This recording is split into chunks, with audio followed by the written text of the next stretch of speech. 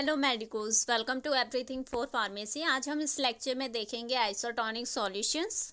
Okay, so what is isotonic solution? Isotonic solutions क्या है? Isotonic solution वो solution होते हैं जिसमें कि जब हम दो सॉल्यूशन को एक सेमी परमेएबल मेम्ब्रेन के थ्रू सेपरेट करते हैं और उन दोनों सॉल्यूशन का जो ऑस्मोटिक प्रेशर होगा वो सेम होगा, या फिर हम कह सकते हैं उनका जो कंसंट्रेशन होगा वो सेम होगा, तो वहाँ पे क्या होगा? आइसोटोनिक सॉल्यूशंस कहलाएंगे वो। Okay, when two solution have the same osmotic pressure, यानी कि जब दो सॉल्यूशन का सेम ऑस्मोटिक प्रेशर होगा and the salt concentration are said to be isotonic, यानी कि उनकी जो सॉल्ट की कंसंट्रेशन यानी सॉल्यूट कंसंट्रेशन है वो भी सेम होगी, तो हम उसे बोलेंगे आइसोटोनिक सॉल्यूशन। आइसो का मतलब होता है same and tonic means concentration. Okay, जब सेम कंसंट्रेशन के सॉल्यूशन को हम एक सेमी परमेएबल मेम्ब्रेन के थ्रू सेपरेट करते हैं तो उस केस को हम बोलते हैं isotonic solution. Physiologically, isotonic solutions are the solutions having the same osmotic pressure as that of the body fluids.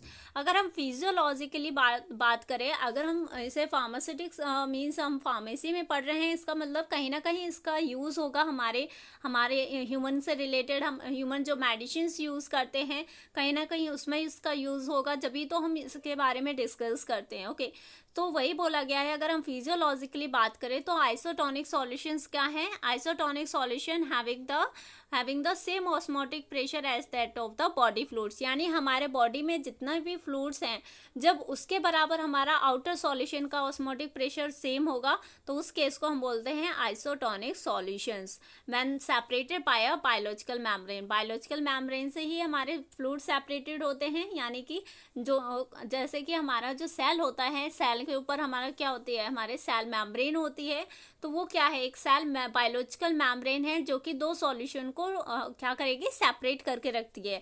हमारे सेल के अंदर भी सॉल्यूशन फ्लूइड होता है। ओके, साइटोप्लाज्म होता है। अगर उस सेल को हम क्या करें, अपने बाहर हमने जो सॉल्यूशन प्रिपेयर किया है उसमें मतलब कि सेम कंसंट्रेशन है, जितनी हमारे साइटोप्लाज्म की कंसंट्रेशन है उतनी ही हमारी क्या है, हमारे बाहर के जो सॉल्यूशन प्रिपेयर किया गया है उसकी कंसंट्रेशन सेम है। तो उस केस में क्या होता है? हमारे आइसोटोनिक सॉल्यूशन सेम होने की वजह से वो क्या होता है, वहाँ पे किसी भी तरह का डिफरेंस हमें देखने को नहीं मिलता, कोई एक्टिविटी नहीं देखने को मिलती। लेकिन अगर बाई चांस हमने वो सॉल्यूशन हाइपोटोनिक या फिर हाइपरटोनिक वहाँ पे प्रिपेयर कर दिया और हमारा जो सेल है उसकी कंसंट्रेशन से मतलब कि हमारा हाइपरटोनिक कंसंट्रेशन मतलब कि हमारी कंसंट्रेशन ज़्यादा होगी या ऑस्मोटिक प्रेशर ज़्यादा होगा, तो उसमें उस केस में हमारा क्या होता है, हमारी जो सेल होगी वो बर्स्ट हो जाएगी। ओके, और ऐसे ही होता है हमारा हाइपोटोनिक सॉल्यूशन जिसमें कि ऑस्मोटिक प्रेशर क्या होता है? लोअर होता है as compare to the body fluids. तो उस केस में हमारी जो सेल होगी वो क्या होती है? मीन्स वहाँ पे बर्स्टिंग होगी। और जो फर्स्ट केस था वहाँ पे हमारा जो सेल का कंटेंट होता है वो बाहर निकलने की वजह से श्रिंक हो चुका होता है। तो ऑलमोस्ट हम ये कह सकते हैं कि दोनों केस में कहीं ना कहीं सेल डैमेज होगा। तो दैट्स वाई हम हमेशा जब भी कोई आइसोटोनिक सॉल्यूशन बनाते हैं तो ये श्योरिटी होनी चाहिए कि वो हमारे फ्लूइड से आइसोटोनिक होना चाहिए, क्योंकि जैसे हम कोई भी इंजेक्शन वगैरह देते हैं ओके, तो वो क्या है? वो आइसोटोनिक सॉल्यूशन होते हैं, यानी जितनी कंसंट्रेशन हमारे बॉडी फ्लूइड्स की है उतनी कंसंट्रेशन हमारी उस वैक्सीन में जो भी लिक्विड है, वाटर है, उसमें भी कंसंट्रेशन सेम होनी चाहिए। अदरवाइज अगर हम ऐसा नहीं करते हैं, अगर हम हाइपो या फिर हाइपरटोनिक सॉल्यूशन हमारे बॉडी में इंजेक्ट करेंगे तो उस केस में क्या होता है? हमारी सेल बर्स्ट होने लगती हैं, श्रिंक होने लगती हैं, अल्टीमेटली डेथ होगी। तो अल्टीमेटली हमें भी प्रॉब्लम कॉज होती हैं। ओके, बायोलॉजिकल फ्लूइड्स इंक्लूडिंग जैसे कि हमारा ब्लड हो गया, लैक्राइमल हमारे आंसू हो गए, ये सब क्या है? हमारे ये बायोलॉजिकल फ्लूइड्स होते हैं। Normally have an osmotic pressure corresponding to that of the 0.9 weight by volume solution of the sodium chloride. यानी कि अगर हम हमारे बॉडी फ्लूइड की बात करें तो इसका जो ऑस्मोटिक कंसंट्रेशन होता है वो कितना होता है? 0.9% वेट बाय वॉल्यूम किसका होता है? सोडियम क्लोराइड का। 0.9% solution solution of sodium chloride is said to be isotonic with the physiological fluid. यानी अगर हमने कोई सॉल्यूशन प्रिपेयर किया है जिसमें कि 0.9% का सॉल्यूशन होना चाहिए सोडियम क्लोराइड का, यानी कि हम क्या करेंगे 0.9 ग्राम हमें क्या लेना है, सोडियम क्लोराइड लेना है, उसे 100 ml में डिसॉल्व करेंगे तो वो हमारा 0.9% का सॉल्यूशन होगा सोडियम क्लोराइड का, और वो हमारे फिजियोलॉजिकल फ्लूइड के साथ आइसोटोनिक होगा, सेम कंसंट्रेशन का होगा। ओके अब ऐसे कौन कौन से मेथड्स हैं जो कि आइसोटोनिसिटी को एडजस्ट करने में हेल्पफुल हैं। अगर मान लिया हमारे पास कोई सॉल्यूशन है तो हमें उसकी आइसोटोनिसिटी को मेंटेन करना है, तो उसके लिए कुछ मेथड्स होते हैं एडजस्ट करने के लिए, जो कि हमारे क्या होते हैं, कुछ हमारे कॉलिगेटिव प्रॉपर्टीज के बेस पे हम उसका एडजस्टमेंट करते हैं, जैसे कि freezing point depression method, molecular weight determination method. इसके सिंपल फॉर्मूले हैं वो हमें मेमोराइज करने की ज़रूरत होती है। Okay sodium chloride equivalent method, White Vincent method, और ये मोस्टली सेमेस्टर के एग्जाम में आता ही आता है ये क्वेश्चन बन के। ओके सो फर्स्ट मेथड है freezing point depression method. Freezing point depression method में क्या होता है, बॉडी फ्लूइड जैसे कि हमारा ब्लड प्लाज्मा हो गया, लैक्राइमल सिक्रेशन यानी हमारे टीयर्स हो गए, ये क्या है, हैव द फ्रीजिंग पॉइंट कितना होता है इनका, -0.52 डिग्री सेल्सियस। ओके ये हमारे बॉडी फ्लूइड का फ्रीजिंग पॉइंट होता है। Hence all solution which freeze at this temperature isotonic with the blood plasma. अब हमने बाहर जो सॉल्यूशन बनाया, प्रिपेयर किया, अब ऐसा होना चाहिए कि वो सॉल्यूशन भी हमारे इसी टेम्परेचर पे फ्रीज करने चाहिए। जब भी हम बोलेंगे कि हमारा जो सॉल्यूशन है वो आइसोटोनिक सॉल्यूशन है, हमारे फिजियोलॉजिकल फ्लूइड के बराबर है। ओके सो इसके लिए हमें क्या करना है, percentage weight by volume of adjusting substance is equal to 0.52 minus A by B. Okay ये हमारा सिंपल फॉर्मूला है एडजस्ट करने के लिए उसकी टोनिसिटी को। वेयर ए क्या है हमारा, ए रिप्रेजेंट करता है, ए क्या रिप्रेजेंट कर रहा है, depression in the freezing point due to the unadjusted solution और द सब्सटेंस।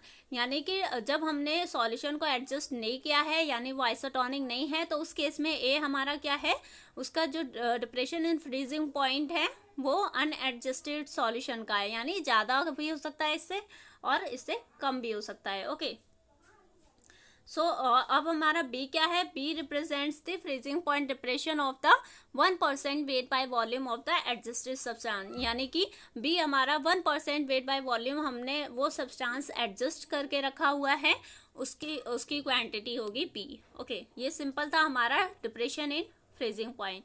अब सेकेंड है हमारा मॉलिक्यूलर वेट डिटर्मिनेशन मेथड। इसमें क्या होता है, फॉर अनआयनाइज्ड सब्सटेंस, यानी कि वो सब्सटेंस जो कि आयनाइज नहीं हो सकते उनके केस में W = 0.3 molar, M is the molecular weight of the substance. जिसकी भी टोनिसिटी मेंटेन करनी है उसका मॉलिक्यूलर वेट हमें फाइंड आउट करना है। ओके फॉर अनआयनाइज्ड सब्सटेंस जो आयनाइज नहीं होते, ब्रेक नहीं होते, जैसे कि हमारा हो गया ईथर हो गया। ओके और ये HCl है, HCl क्या है, इजिली आयनाइज होगा, H+ आयन और Cl-, तो ये आयनाइजिंग कंडीशन में हमारा फॉर्मूला होगा वेट = 0.3 मोलर। ओके जो भी हम सब्सटेंस ऐड करेंगे आइसोटोनिसिटी को मेंटेन करने के लिए उसका मॉलिक्यूलर वेट होगा, और उसका वेट हमें निकालना है कि कितना हमें ऐड करना है आइसोटोनिसिटी को मेंटेन करने के लिए। अब आयनाइज्ड सब्सटेंस के केस में सिंपली बस यहाँ पे N हो गया। N क्या होगा, number of the ionised ion, यानी कि जो नंबर आयनाइज कितने नंबर में हमारे आयन्स रिलीज हैं उनके बारे में लिखना है, मतलब नंबर जैसे कि हमारा H+ Cl-, ये हमारे क्या है, ये हमारे अनआयनाइज्ड के केस में तो ये हो गया। ओके हमने यहाँ पे थोड़ा सा रिवर्स कर दिया है क्वेश्चंस को। अब आयनाइज्ड सब्सटेंस के केस में क्या हो रहा है हमारा, ये हम देख सकते हैं। आयनाइज्ड सब्सटेंस का फॉर्मूला ये होगा, अनआयनाइज्ड यानी कि यहाँ पे ये है हमारा अन, यहाँ पे अनआयनाइज्ड सब्सटेंस के केस में ये फॉर्मूला है, ये हमारा आयनाइज्ड है। आयनाइज्ड की वजह से यहाँ पे नंबर ऑफ आयनाइज्ड आयन से हम क्या करते हैं, डिवाइड कर देते हैं। तो सिंपली ये हमारा मेथड हो गया मॉलिक्यूलर डिटर्मिनेशन मेथड। अब है sodium chloride equivalent method. Sodium chloride equivalent method के केस में क्या है, sodium chloride equivalent of a drug is the amount, ये क्या होता है सोडियम क्लोराइड इक्विवेलेंट, ये ड्रग का वो अमाउंट होता है, मतलब कि is the amount of the sodium chloride that is equivalent to 1 gram of the substance osmotically। यानी कि सोडियम क्लोराइड इक्विवेलेंट का मतलब होता है किसी भी ड्रग का अगर हमें सोडियम क्लोराइड इक्विवेलेंट निकालना है, इसका मतलब सोडियम क्लोराइड का जो अमाउंट है वो कितना होना चाहिए, 1 ग्राम ऑफ सब्सटेंस के बराबर होना चाहिए। Okay, quantity of the sodium chloride required to produce 100 ml solution containing x gram of the substance. अब हमें क्या करना है, 100 ml सॉल्यूशन को आइसोटोनिक बनाना है, तो उसके लिए फॉर्मूला है 0.9 minus X E. E is the equivalent sodium chloride equivalent of a drug, यानी ये तो हमारा ऑलरेडी गिवन होगा। 0.9 माइनस एक्स क्या है, एक्स ग्राम ऑफ कितना हम सब्सटेंस ले रहे हैं उसका अमाउंट होगा ना। फोर्थ मेथड है हमारा White Vincent method. White Vincent method में क्या है, ये फोर्थ लास्ट है। This method involve the addition of the sufficient quantity of the water to a drug in order to prepare a isotonic solution. यानी कि हमें एक आइसोटोनिक सॉल्यूशन प्रिपेयर करने के लिए हम क्या करेंगे, एक सफिशिएंट क्वांटिटी ऑफ वाटर हम ऐड करेंगे किसी भी ड्रग में। एन आइसोटोनिक और a buffered isotonic solution is then added. उसके बाद फिर से हमें उसमें आइसोटोनिक बफर्ड सॉल्यूशन ऐड करना है to this drug solution to give the final volume produce करने के लिए। the volume of water required for a particular quantity of the drug to prepare an isotonic solution can be calculated by। अब हमें कितना water चाहिए उस tonicity को maintain करने के लिए, वो हम उसके लिए हम ये फॉर्मूला यूज करते हैं, V = WE into 11.1। Okay, V is the volume in ml of the isotonic solution, W is the gram of the drug in water, drug का अमाउंट क्या है, और E हमारा सोडियम क्लोराइड इक्विवेलेंट है।